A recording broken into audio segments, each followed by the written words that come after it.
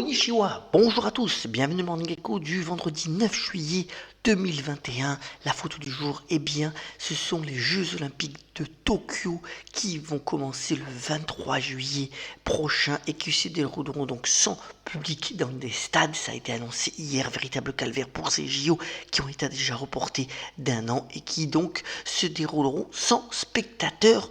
Tout ceci, vous voyez, dans un contexte où eh bien, les bourses ont reculé de manière plus sensible encore en Europe qu'aux États-Unis. Une fois de pas coutume, le marché américain est remonté en fin de séance. Alors, donc le CAC 40, par exemple, a perdu 2%. C'est essentiellement donc les développements concernant le variant Delta du Covid qui inquiètent les investisseurs. Vous voyez que graphique en bas à gauche démontre aussi une volatilité, notamment sur l'indice Eurostock 50, donc 50, l'indice des grandes valeurs européennes, qui bondit de plus de 15%.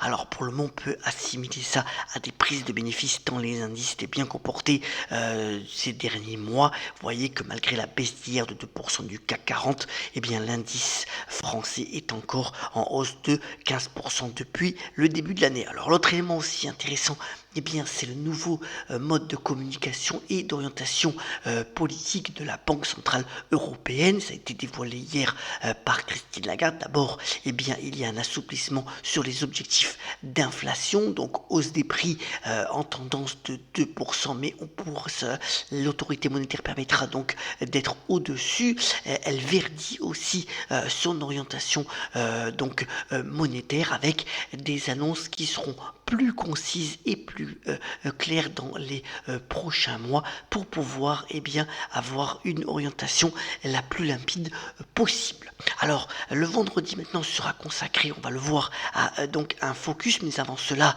donc une actualité sur les véhicules électriques assez dense. D'abord, le fabricant de motos Harley Davidson a dévoilé donc sa nouvelle moto électrique qui s'appelle Livewire. Alors pour le moment elle est disponible aux États-Unis donc au prix de 22 000 $. Ce sera le cas en France avec un lancement prévu donc en 2022, donc de fortes ambitions pour Harley Davidson sur ce segment et puis surtout pour Stellantis. Vous savez que Stellantis c'est le groupe né de la fusion entre les groupes Peugeot, Citroën et Fiat. Eh bien 30 milliards d'euros vont être investis dans les 5 prochaines années pour créer 5 gigafactories donc sur les véhicules électriques, démontrant l'intérêt croissant pour le groupe européen à investir sur ce segment d'activité. Alors comme je vous le disais maintenant, le vendredi, on va le consacrer à donner des éléments intéressants sur tout ce qui est le Far West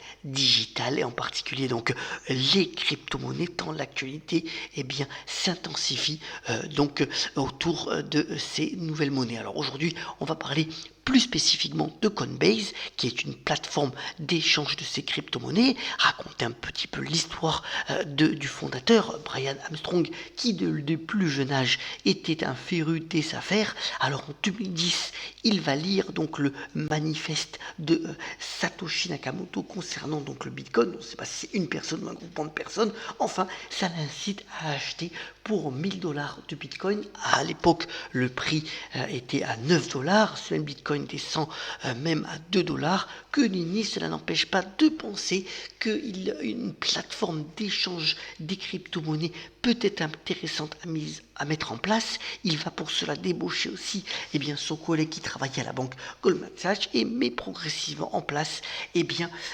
cette plateforme d'échange sécurisée. Alors aujourd'hui, il faut savoir que Coinbase, qui s'est introduite en bourse en avril dernier, revendique plus de 43 millions de clients, près de 800 milliards de $ d'actifs. Alors il est certain que depuis son introduction, l'action est plutôt corrélée aux variations du Bitcoin et des autres crypto-monnaies qui ont quand même beaucoup reculé ces derniers temps, passant de notamment le Bitcoin de 60 000 $ à 33 000 $ hier. Mais ça reste donc un outil rentable donc Coinbase, puisque la société prend 2% de commission sur chaque transaction. Au au-dessus des concurrents, mais elle a la légitimité d'avoir été une des premières et surtout d'être sécurisée, et elle capitalise encore hier soir plus de 50 milliards de dollars d'actifs. L'autre actualité aussi importante, eh bien, c'est donc l'annonce, la confirmation faite par Jack Dorsey. Jack Dorsey, vous savez que c'est le patron à la fois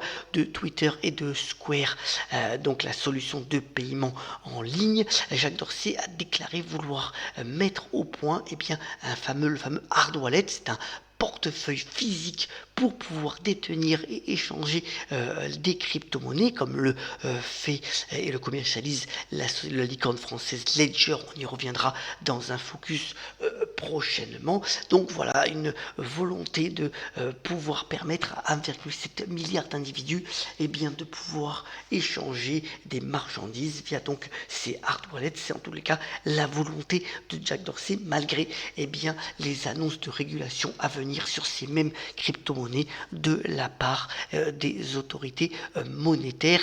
C'est le cas en Chine, on le sait depuis maintenant plusieurs mois, et ça va être certainement aussi le cas bientôt aux États-Unis. On attend toujours le livre blanc sur les crypto-monnaies qui devrait sortir cet été. On y reviendra aussi, bien entendu. Dernier élément aussi, une enquête assez intéressante faite par la banque UBS auprès des banquiers centraux, démontrant que 11% d'entre eux considèrent les crypto-monnaies comme une alternative intéressante, et en particulier une alternative intéressante à l'or. On sait que le Bitcoin peut être considéré par certains comme l'or digital, affaire à suivre, bien entendu.